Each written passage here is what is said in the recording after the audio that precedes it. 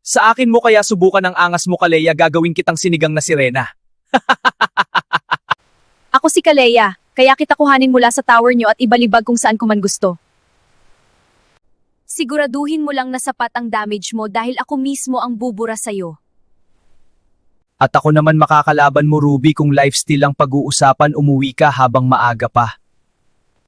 Hoy Dracula, malakas lifesteal mo, ang tanong malalapitan mo ba ang isang tulad ko? Kimi, wag ka lang mahahagip ng latigo ko, siguradong hahatakin kita pauwi ng base nyo. Ah, talaga ba, Ruby? Hindi ka nga makapalag sa akin, nagyayabang ka pa dyan. Ay, natakot ako dun, Alucard ah. Sige, subukan mong lumapit sa akin, magkaalaman na. Sa akin mo kaya subukan ang angas mo, Kaleya, gagawin kitang sinigang na sirena. Hoy, kadya swerte mo kung makalapit ka sa akin, isa ka lang malaking ibon na walang itlog. Kaleya, halika ka dito, pagsamahin ko kayo ni Kimi, isang hatak ko lang, siguradong wasak kayo. Sinigang na sirena pala ha?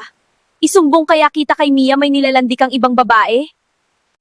Please, Kaleya, wag mo gagawin yan ha. Sige, si Kadya na lang gagawin kong tinola, papaya na lang kulang. Ayun lang yari ka, Alucard, si Mia lang pala katapat mo, nagyayabang ka pa dito, takusa. Bakit biglang tumiklop ang Dracula? Si Mia lang pala makakapagpatigil sa kayabangan mo. Hoy, inaano ba kita dyan, Alucard? Wag nga ako pagtripan mo, iba na lang.